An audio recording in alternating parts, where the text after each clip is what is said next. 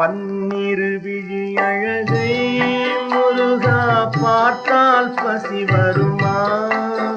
உன் பனிமொழிவாய் தமிழை முருகா கேட்டால் துயர் வருமா?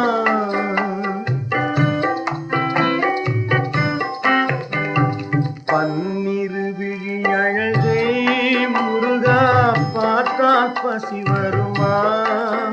உன் பனிமொழிவாய் தமிழை முருகா கேட்டால் துயர்